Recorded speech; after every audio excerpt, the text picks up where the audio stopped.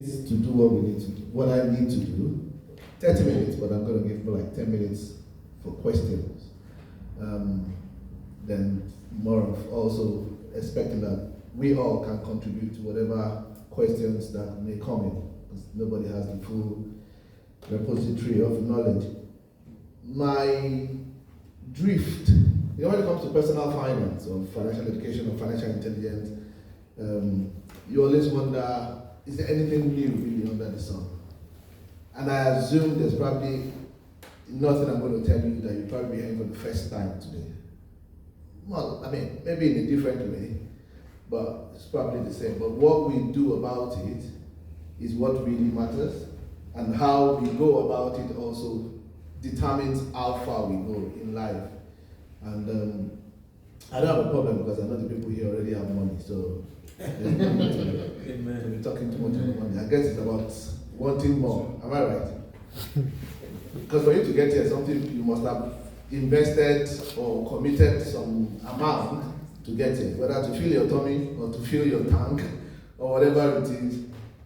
So I'm not bothered about whether we have money or not, but I'm much more interested in how do we utilize what we have, regardless of how big it is or how small it is, to achieve what is actually our truest dreams. You know, you can have all the money in life and be one of the most unfulfilled persons.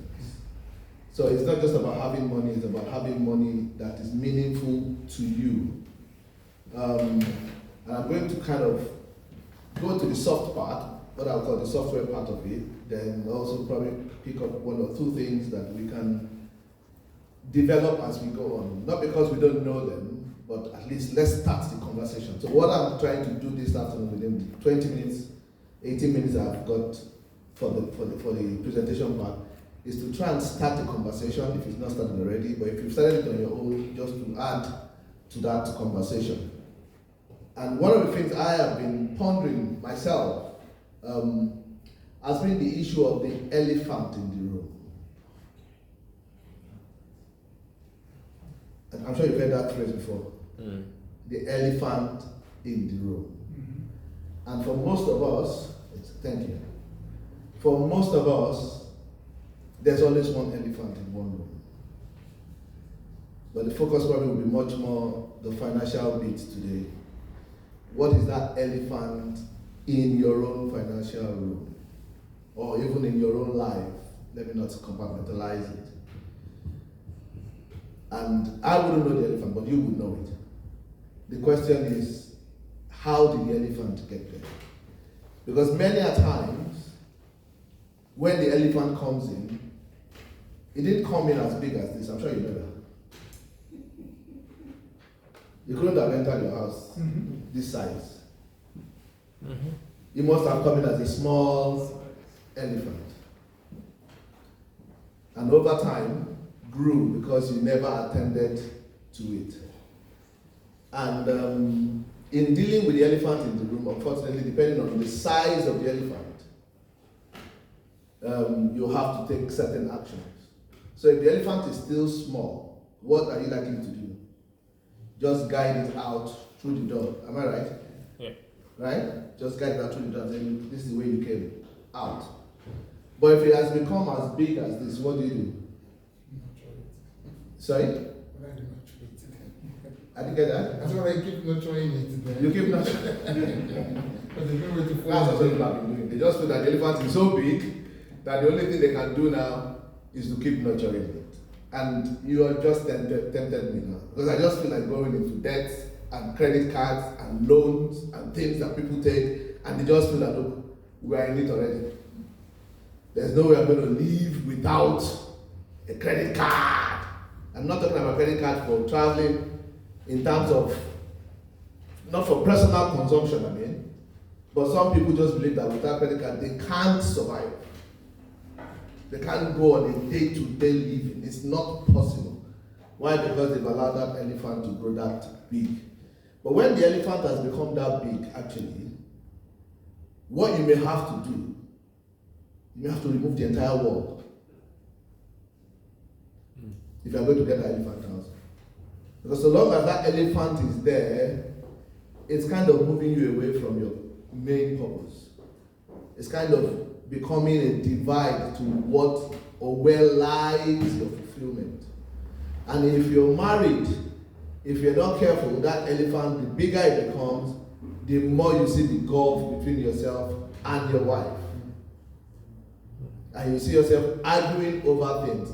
Why? Because you never addressed that elephant in the room. And the elephant in the room could be several of so many things. One of the interesting ones I even find, and I don't want to cause trouble here, is that the elephant in the room could actually be your wife. I've not started with that. I don't know how I'm going to this. I'm not saying change up your wife, don't get me wrong. In terms of having conversation about whatever it is that may be hindering you along that line. So I'm not saying guide your wife out of the house or remove the word to chase her away. But if there's something that you think that you need to communicate to your wife that she is not getting, and because you are afraid that if you talk about it, it may cause issues, and because of that, leave it to keep festering. If you are not careful, what you're trying to avoid from the beginning can actually be what will cause that final separation. So with that background, am I communicating? Yes, sir. Yes, like I said, we've got very limited time, but what I want us to be able to think of is just do a kind of internal reflection, and begin to look at, so what are those things really that has not made me to be where I want to be financially? What are those things that I've left to just keep lingering, to be growing? I know it shouldn't be there. I know I shouldn't be doing it. And it could be, the last time I came here, I made it very clear, I am a life planner, not a financial planner in the strict sense of it. So my real interest is about you and what makes you happy, what makes you feel fulfilled. So I'm not, again, interested in how big the money you have is but how is it that what you have, first and foremost, you can make it to what you want to have. Then whilst you're having it, you can get it to the point where you are enjoying having it. For a long time, I've been doing this for about 15 years non-stop now. I mean, almost like a, not full-time career, because I do some other things, but started Financial Freedom Academy with Abraham about 15 years ago. And when I first started, one of the biggest challenges I had, especially with my wife, was when we started talking about retirement planning. To the extent that we couldn't do anything at all without me saying, we have to do this, we have to save this, we have to the point where you are even going on holiday. The trip from the house to the airport, I don't know whether you've experienced it, you are arguing. You're on the plane, you're not talking to yourself, and you're going on holiday. Everybody is looking at you from outside and saying, oh, they're going to France, oh, this lovely family. But the two of you can't really enjoy it because it was argument on whether we should go or whether we shouldn't go. And what about the children's school fees? What about this one that we want to do? That's not life. So I'm not talking about retirement planning here.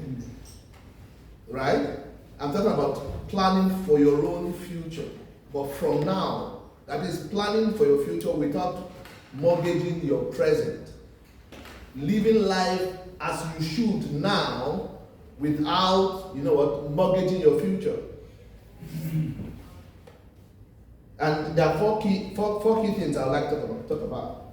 How do I manipulate this? Okay, don't worry. It's just, I sent another one full on, but it's okay.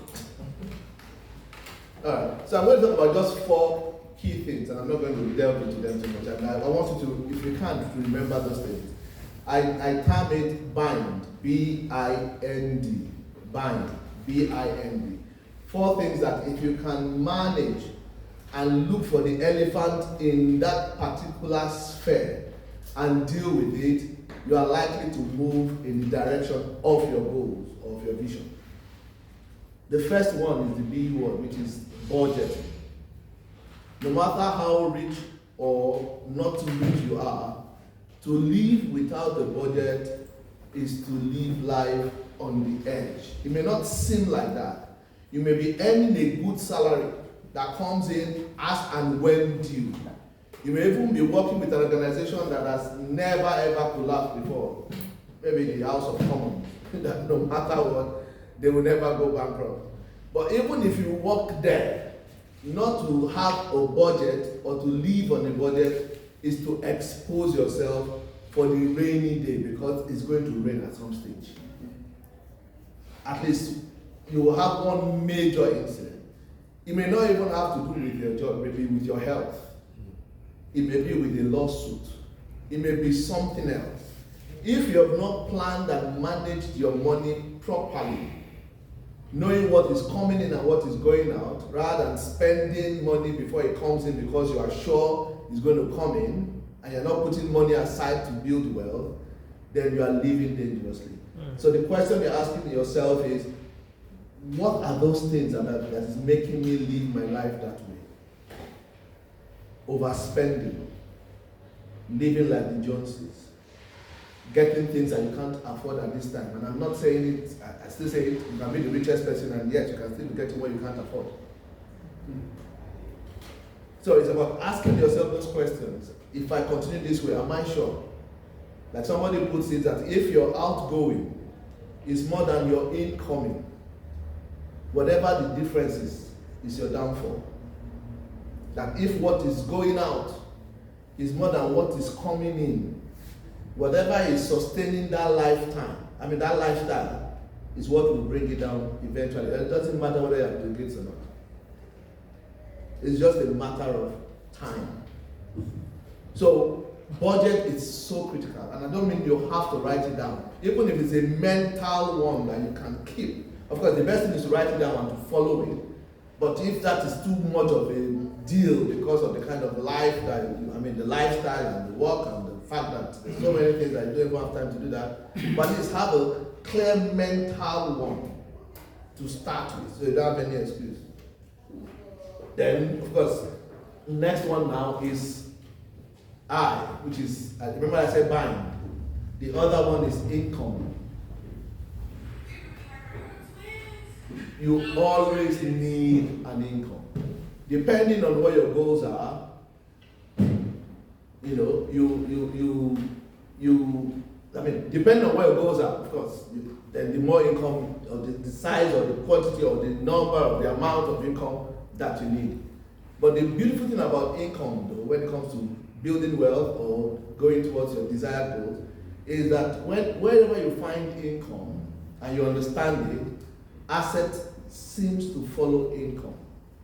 So if, for example, you've got money, you buy a house or you buy a flat and you rent it out. Of course, buying a flat is an asset, isn't it? If you rent it out, then you begin to see, once that process kicks off, income also now begins to follow what? Asset. But something has to follow the other. But you start with income. Except maybe you have bequeathed an asset by your parents or whatever.